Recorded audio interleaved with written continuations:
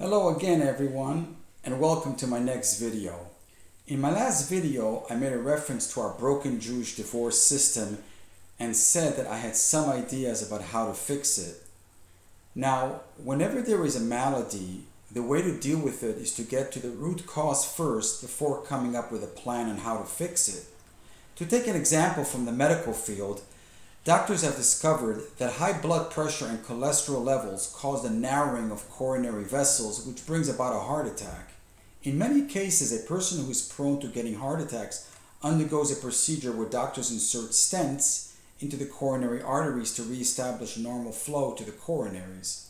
So then, is the solution to heart attacks the insertion of coronary stents? The answer is no. Stents are done only when it is too late.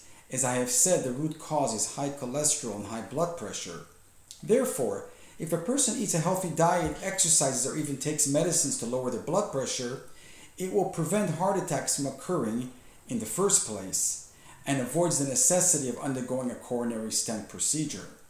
Similarly, in the Jewish divorce arena, we have on the one hand the chronic problem of women using the civil courts against halacha to steal from their husbands their halachic rights to their property, children, and assets. And on the other hand, we have the men withholding a Gett with a Bezdin system that rewards the women violators of halacha.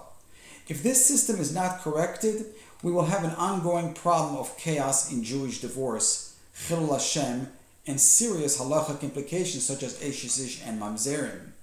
Therefore, we must fix the root problems in Jewish divorce, and here now, for you, is my fix for this Gett crisis.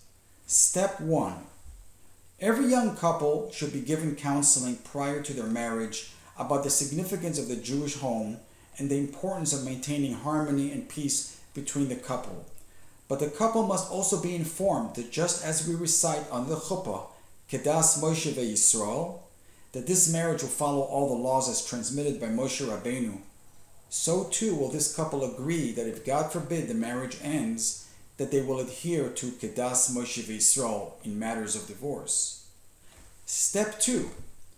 Establish a Bezdin system that is prepared to not only address the Gett when it is warranted, but to also decline helping a woman in receiving a Gett when she actively uses the civil courts or has active court orders after she completed her proceedings. We must understand and follow the dictates of the Torah from Parshas Shoftim, which states, Shoftim v'shoitim titin lacha. The Torah obligates us Jewish people to take responsibility in choosing honest arbitrators who are knowledgeable in the halachas of Gittin and who are prepared to move against violators of these halachas. At present, we have rabbinic arbitrators that act out against a man who withholds a Gett and totally ignores the other half of the problem, the woman who blatantly violates the Torah by litigating her divorce in civil court. When we have a system that rewards violators of the law, whether civil or halachic, more people are incentivized to break the rules. I have stated previously in past videos that the Ramon Choshen Mishpat, chapter 26 states, Ein niskokin law. We do not assist those that violate the Torah and pursue justice in the civil courts, even if their cases are heard later at a Bezdin. Yet we see that almost all Bezdins today are not enforcing this rule. This one-sided approach against men only will do nothing to stop this trend of going to civil court and only encourages women to continue doing so. This is similar to my criticism against the RCA prenup, which also fails to address the root problem, but instead they use the prenup as their band-aid to correct the problem. They too have failed to analyze the root cause, but instead concentrate on the man's side, punishing him while doing nothing about the serious halachic infraction of litigating in civil court. In fact, while they pay lip service to this prohibition, they never sanction the woman for violating it. The Torah prohibits assisting any person who violates the Torah. In fact, Chazal say that anyone assisting a violator of the Torah is guilty himself of the same sin. There's also the concept of Ein Choyte Niskar, that a sinner is not to be rewarded for their actions, which is precisely what the Batei Din have done with women violators. They reward them by sanctioning their husbands, as well as using all methods of coercion in their arsenal to assist them in receiving a Gett, which is clearly against the Torah. A violator of halacha is not only not allowed to benefit from their violation, so helping a woman receive a get while violating halacha is absolutely against the Torah. Step 3. Every Bezdin must rewrite their shtar berurin, their arbitration agreement, in a way that guarantees to both sides that the Bezdin's decisions will be determined either through compromise between the parties or else by strict halacha and nothing else. If a Bezdin rules by halacha, either litigant may request a bamedam toni, which means that the Bezdin must cite the halachic sources that help them arrive at their decision. This measure affords a certain degree of transparency to both sides. Additionally, the arbitration agreement should also state that a get will not be released to a woman who is actively litigating in civil court or has active court orders. Step 4. If God forbid a couple both want to get divorced, the Bezdin would follow the following steps. They would instruct the husband at the beginning of the Bezdin proceedings to have a get written voluntarily, which will then be deposited in the Bezdin. The get will be delivered to her upon the completion of the case, but not before the Bezdin agreement has been signed off by a civil judge and incorporated into a binding divorce agreement. At the time of the delivery of the get, the woman will be given notice by the Bezdin that the get is given to her with the understanding that she and her husband have accepted the Bezdin's decision, and with the understanding that the accepting of the get marks the end of their marriage and their disputes. Should she attempt to petition a civil court to change any portion of the agreement after the get, then her get would be invalidated retroactively. So therefore, with this system, we achieve the best balance possible for both sides. The woman has a get already waiting for her from the start. All she has to do is comply with and attend the proceedings at the Bezdin while avoiding civil court litigation. For the man, we achieve that he will receive a Torah-guided decision to his divorce, which affords him more rights than the civil courts would ever give him. So in this manner, both sides come out as winners. But in the present system, where the woman runs to civil court to strip her husband of all his money, assets, and children, and only after committing all of her Torah violation does she come to Bezdin to demand only a get, has been a disaster.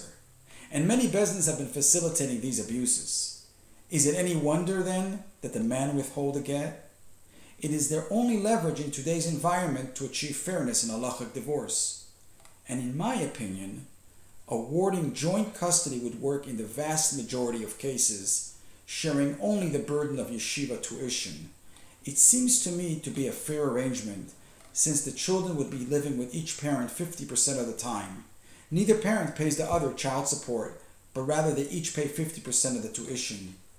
There will still be individual cases that will need some minor tweaking here or there, and there will still exist a phenomenon of recalcitrant spouses. However, once such a system is established, the word will get out that it is a system that will be beneficial to both sides, not to mention the exorbitant legal fees that will be saved but not litigating in the civil courts. Also keep in mind that this system only works if both sides agree to get a divorce. On the other hand, if the husband wants reconciliation, then according to halacha, the woman cannot coerce him to get divorced. In that case, she will need to be resourceful in convincing him that divorce is the only path forward. So to recap, the only way to fix the broken divorce system is to A. Restructure the Bezdin system to follow strict halacha and fairness in matters of divorce. This means that we need to institute an arbitration agreement that affords both litigants transparency to the Bezdin decision, which is arrived at through compromise or strict authentic halacha and not a ruling based only upon their own whim. The arbitration agreement shall state that a get will not be released to a woman who is actively in civil court or has active court orders, and in fact, Bezdin hearings cannot even begin if a party is presently litigating in the civil courts. B. A get will be written and deposited with the Bezdin at the start of the arbitration process, which serves to demonstrate to the woman that her cooperation will guarantee her a get at the completion of the divorce process. C. The Bezdin's decision must always fall in line with halacha, which offers the man fairness in relation to property and custody, which could not be achieved in the civil court. And finally, we as a people have the opportunity to make a Kiddush Hashem by showing the world that we adhere to our Torah and adjudicate our own divorces in a peaceful manner. Everything that I have said here today is entirely my own opinion, in that I believe that this system delivers fairness to both sides in Jewish divorce. But let me know in your comment section about your suggestions on how you would modify the current system in a way that would bring fairness to both sides in divorce as per the Torah guidelines. I truly believe that a fair and balanced Beis Din system is the only way forward towards a kosher divorce. In the same way that Jewish marriage laws differ from those of the nations, so too are the divorce laws and procedures. If we continue to emulate the divorce process and mindset of the nations, it can only end in disaster. We must put a stop to the corrupt system of adjudicating Jewish divorces in the civil courts with the same old fake aguna versus Gett refuser narrative, which only creates a chilul Hashem.